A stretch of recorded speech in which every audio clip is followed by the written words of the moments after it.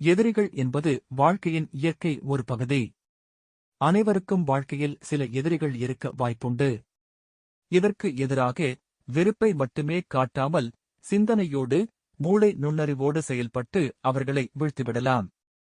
எதிரிகளை வீழ்த்தும் வழிகள் என்பது எந்தவொரு கடுமையான தாக்கத்தை இல்லாமல் உங்கள் புத்திசாலித்தனத்தால் அவர்களை கவனமாக செய்யும் முறைகளாகும். முதலாவதாக, எதிரிகளை வீழ்த்தும் முதன்மையான வழி உங்களின் திறமைகளை மேம்படுத்தும். உங்கள் திறமைகள், அறிவு, கல்வி மற்றும் செயல்திறன் அதிகரித்தால் எதிரிகள் உங்கள் முன்னேற்றத்தை கவனிக்க வேண்டிய நிலைக்கு வரும். நீங்கள் எவ்வளவு திறமையானவராக இருந்தாலும் அதை வெளிப்படுத்தாமல் அவர்களுக்கு அச்சம் தரும் வகையில் செயல்படுவது மிக முக்கியம். இதனால் அவர்களில் சுய விமர்சனம் உருவாகி அவர்கள் உங்களை குறைப்பதில் தவறாகும். இரண்டாவது முக்கிய வழி நேர்மையுடன் செயல்படுவது.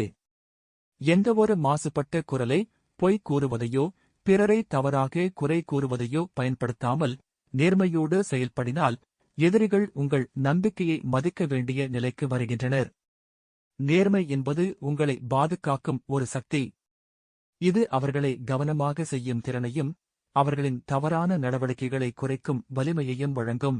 மூன்றாவது வழி அதிக அருவருப்பான முறைகளை தவிர்த்து நிம்மதியாக எதிரிகளை கையாள்வது. சில நேரங்களில் எதிரிகள் உங்களை பிரச்சனையில் போட முயற்சிப்பார்கள். ஆனால் அதற்கு பதிலாக நீங்கள் நிம்மதியாக, கவனமாக செயல்பட்டால் அவர்கள் உங்களை வீழ்த்த முயற்சிகள் தோல்வியாக முடியும். இது உங்கள் மனதை சாந்தமாக வைத்துக் கொள்ளும் வழியையும் தருகிறது. நான்காவது வழி தன்னம்பிக்கை மற்றும் ஆற்றல் வெளிப்படுத்தல். உங்கள் திறமையை, அறிவை, சிந்தனையை வெளிப்படுத்துவதன் மூலம் எதிரிகள் உங்களை குறை கூறுவதற்கான வாய்ப்பை இழக்கின்றனர். உங்கள் திறமை, ஆற்றல் மற்றும் செயல்பாடுகள் அவர்களை கவனிக்க செய்யும் சக்தியாகும். இதனால் எதிரிகள் உங்களை தவறாக மதிப்பிட முடியாது. ஐந்தாவது வழி சமூக நெட்வொர்க்குகள் மற்றும் கூட்டுறவை பயன்படுத்துதல். உங்கள் நண்பர்கள், குடும்பம், தொழில்துறை இணைப்பு மற்றும் சமூக உறவுகள் உங்கள் சக்தியை அதிகரிக்கும்.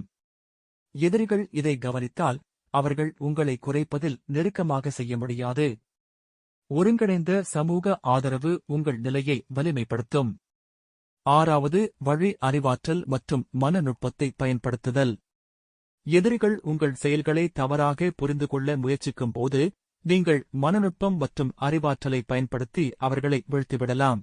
இது அவர்களில் குழப்பம் ஏற்படுத்தும் மற்றும் உங்கள் திறமையை வெளிப்படுத்தும் வழியாக இருக்கும். ஏழாவது வழி உங்கள் முன்னேற்றத்தை வெளிப்படுத்தாதபடி ஆனால் தெளிவான முன்னேற்றத்தை காட்டுதல். நீங்கள் பெரும் வெற்றிகளை அடைந்தாலும் அதை அலட்சியமாக காட்டாமல் ஆனால் செயலில் வெளிப்படுத்துவதன் மூலம் எதிரிகள் உங்களை கவனிக்க வேண்டிய நிலைக்கு வரும். இது அவர்களை வீழ்த்திவிடும் சக்தியான வழியாகும். எட்டாவது வழி அச்சம் மற்றும் பயத்தை விளைவிக்காமல் கண்ணியமான முறையில் விழித்தல். எதிரிகளை வீழ்த்தும்போது தைரியம் மற்றும் கண்ணியம் முக்கியம். உங்கள் செயல்கள் அவர்களை பயப்பட வைக்காமல் ஆனால் கவனமாக செய்யும் திறனை வெளிப்படுத்த வேண்டும். இது உங்கள் முன்னேற்றத்தை அழகாக வெளிப்படுத்தும். ஒன்பதாவது வழி உங்கள் அறிவையும் திறமையையும் பயனுள்ளதாக மாற்றுவது. உங்கள் திறமைக்கு ஏற்ப எதிரிகள் உங்களை குறைப்பதில் தோல்வியடைய வைக்கும் வகையில் செயல்பட வேண்டும். இது அவர்களில் சுய விமர்சனத்தை உருவாக்கும் மற்றும் அவர்களை வீழ்த்திவிடும் வழியாக இருக்கும். பத்தாவது வழி தன்னம்பிக்கையை சீராக வைத்துக் கொள்வது. எதிரிகள் உங்களை வீழ்த்த முயற்சிகளைச் செய்யும் போது உங்கள் தன்னம்பிக்கை மற்றும் மனநிலையை சீராக வைத்திருக்க வேண்டும். இது அவர்களுக்கு நீங்கள் எவ்வளவு வலிமையானவர் என்பதை உணர்த்தும். பழைய பழக்கங்கள் மற்றும் தவறான வழிகளுக்கு பதிலாக நீங்கள் அறிவாற்றல், நுட்பம், திறமை மற்றும் தன்னம்பிக்கையை ஒருங்கிணைத்து செயல்பட்டால் எதிரிகளை வீழ்த்தும் செயல்களில் வெற்றி பெறலாம். இது எந்தவொரு வன்முறையையும் தவிர்த்து புத்திசாலித்தனத்தால் வெற்றி பெறும் வகை. மொத்தத்தில் எதிரிகளை வீழ்த்தும் வழிகள் என்பது வெறுப்பும் கோபமும் இல்லாமல் அறிவும், திறமையும், நேர்மையும், நுட்பமும், தைரியமும் கொண்டு செயல்படும் நடைமுறை. இதன் மூலம் நீங்கள் தனிப்பட்ட, சமூக, தொழில்துறை மற்றும் வாழ்வியல் முன்னேற்றத்தில் வெற்றியடைய முடியும். இந்த முறைகளை தொடர்ந்து செயல்படுத்தினால் எதிரிகள் உங்கள் திறமையை, அறிவை மற்றும் முன்னேற்றத்தை மதிக்க வேண்டிய நிலைக்கு வருவார்கள்.